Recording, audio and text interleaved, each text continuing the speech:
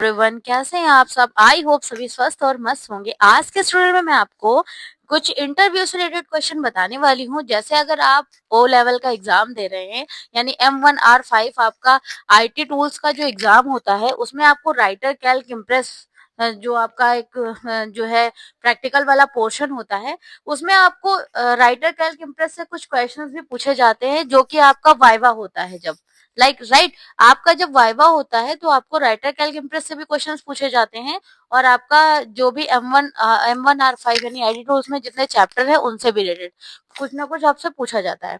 तो उसमें आपको राइटर में एक ऑप्शन आता है जिसका नाम होता है यूजर इंटरफेस।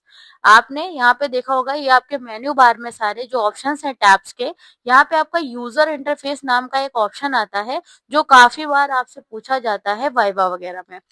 इसका क्या यूज है, आज के स्टूडियो में हम आपको यही टॉपिक कवर कराने वाले हैं। आइए जान लेते हैं कि जो हमारा यूजर इंटरफेस होता है, इस ऑप्शन का यूज कैसे करते हैं और बेसिकली इसका काम क्या होता है।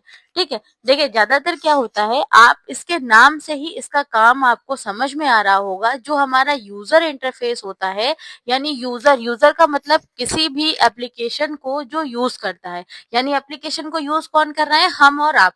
तो अब यूजर का इंटरफेस यानी आप जो इसका जो ये इंटरफेस है, ये आप कैसा यूज करने वाले हैं। जैसे मैंने अभी राइटर को स्टार्ट किया, तो देखिए यहाँ पे ये टैब के ऑप्शन दिख रहे हैं, प्रॉपर्टी बार दिख रहा है, फॉर्मेटिंग बार दिख रहा है, इधर आपका साइड में स्टाइल के ऑप्शन दिख रहे हैं, साइड बार दिख रहा है, स्टेटस बार, वो सारे ऑप्शन आपको शो कर रहे हैं। अब यूजर इंटरफेस ऐसा कौन सा ऑप्शन है जिसमें क्या चेंजेस हो सकते हैं। देखिए जैसे हम यूजर इंटरफेस पे सबसे पहला कौन सा लगा हुआ है user interface, standard tool bar. यानी जो स्टैंडर्ड टूल बार लगा हुआ है, तो हमारे सामने कुछ इस तरीके का इंटरफेस आ रहा है। मैं यहाँ पे एक रेंडमली पैराग्राफ भी ले लेती हूँ, जो कि dt के साथ F3 का यूज करके होता है, dt प्लस F3। अब यहाँ पे देखिए मैं कुछ चेंजेस कर रही हूँ। जैसे ही मैंने यहाँ पे व्यू ऑप्शन पे मैं गई, यूजर इंटरफेस पे मैंने सिंगल टूल बार पे क्लिक किया। अब देखिए जैसे ही मैंने सिंगल टूल बार पे क्लिक किया है, उसने क्या किया, जितने भी हमारे स्टैंडर्ड टूल बार के ऑप्शंस थे वो उसने हाइड कर दिया है, और सिर्फ इसने सिंगल टूल बार में मुझे सिर्फ मेन्यू बार के ऑप्शंस और ये बेसिक फॉर्मेटिंग के ऑप्शंस ही दे दिए। बाकी सारा इसका इधर के स्टाइल वगैरह के जितने भी स्टैंडर्ड ऑप्शन थे वो सारे हटा दिए। ठीक, तो आपको समझ में आ गया कि अगर हम इसमें कोई चेंज करेंगे तो वो यूजर इंटरफेस के द्वारा चेंजेस मिल सकते हैं। इसी के बाद अगर हम यहाँ पे जा करके साइड बार ऑप्शन पे क्लिक करें, अब देखिए जैसे ही मैंने साइड बार ऑप्शन पे क्लिक किया, अब इसकी कुछ स्टाइल्स के ऑप्शन हमें यह साइड में नजर आ रहे हैं, और इसका साइड बार का जितना पोर्शन है, यानी जितनी स्टाइल फॉर्मेटिंग का ऑप्शन है, वो हमें यहाँ से इजिली मिल सकता है। ये आपका साइड बार का इंटरफेस हो गया।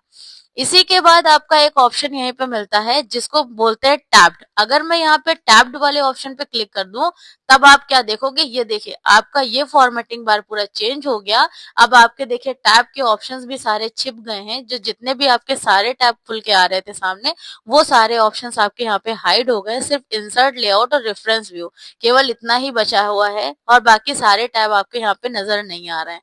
वो कुछ इस तरीके से मेन मेन टैब आ रहे हैं, उनकी फॉर्मेटिंग देखिए, उसका पूरा इंटरफेस इसने चेंज करा दिया है। अब मुझे फिर से उसका इंटरफेस अगर चेंज कराना है, तब आप यहाँ पे साइड में देखोगे आपको ऑप्शन मिल जाएगा। यहाँ पे देखिए सारे ऑप्शन साइड में आपको मिल रहे हैं, जितने भी यूजर इंटरफेस ऑप्शन जब चेंज हो गया है उसका, वो तो आपके यहाँ पे देखिए सारे ऑप्शंस चेंज होकर के मिल रहे हैं। जिस जगह पे जो ऑप्शन था वहां पे कोई ऑप्शन अपनी जगह पे नहीं है, सारे ऑप्शंस यहाँ से आपको चेंजेबल मिल रहे हैं।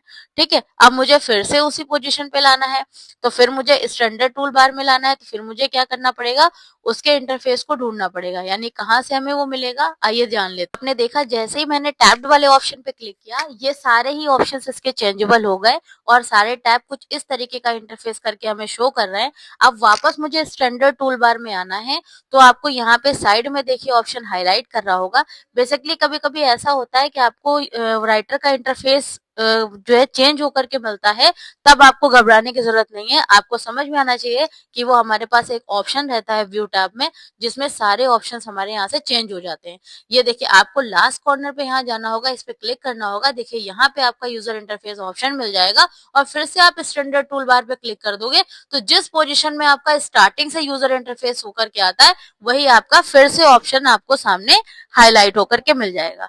तो ये आप मेरे समझ से जितने भी ऑप्शंस मैंने अभी आपको कराए हैं, इससे आपको समझ में आ गया होगा कि यूजर इंटरफेस का बेसिकली यूज क्या होता है।